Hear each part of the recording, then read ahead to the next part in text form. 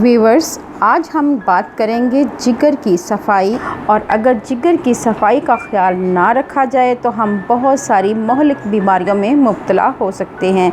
उनमें सरफ़हरिस्त हैं यरकान, fatty liver, cholesterol और यूरिक एसिड का बढ़ जाना वगैरह। व्यूअर्स, जिस बीमारी के मतलब बात करेंगे वो है यरकान और फैटी लीवर।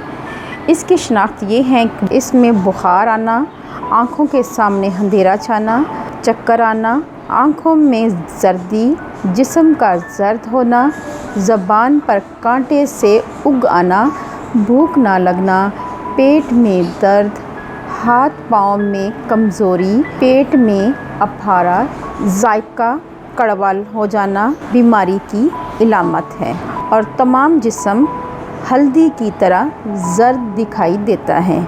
चलें फिर इसके इलाज की तरफ। व्यूअर्स, इसके लिए बहुत ही आसान और घरेलू रेमेडी ये है कि आपने ग्लूकोज दिन में 2 बार इस्तेमाल करना है। 1 चमचा ग्लूकोज लेना है और इसको पानी में मिक्स करके आपने दिन में 2 बार इस्तेमाल करना है।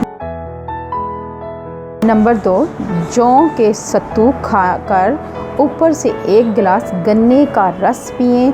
4 से 5 दिनों में यरकान काफ़ी हद तक कम हो जाएगा। इसके साथ साथ दूसरी रेमेडी ये है कि आपने मिट्टी के बर्तन में जमा हुआ दही लेना है, यानी कि मिट्टी के कुंडे में जमा हुआ दही और 1 प्याली लेना है और उसमें आपने देसी शक्कर ऐड करनी है हस्बे जायका और इसको 4 से 5 घंटे के लिए रख देना है और उसके बाद आपने इस दही को खाना है और इसका पानी भी पी लेना है।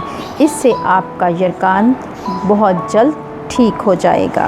व्यूअर्स, इसका परहेज़ ये है कि जिगर बढ़ने या जिगर में सूजन आ जाने की हालत में घी और चीनी का इस्तेमाल बंद कर दें। इसके साथ पेट भरकर खाना, ठंडे पानी से नहाना, सुर्ख मिर्च, मसाले, तली हुई चीज़ें, गोश्त वगैरह से परहेज़ करें। वो चीज़ें जो मरीज़ को देनी चाहिए वो ये हैं कि यरकान के मरीज़ को जौ, गेहूँ और चने की रोटी, खिचड़ी, पुराने चावल, हरे पत्तों की सब्ज़ियाँ, मूंग की दाल, नमक मिली लस्सी वगैरह देनी चाहिए।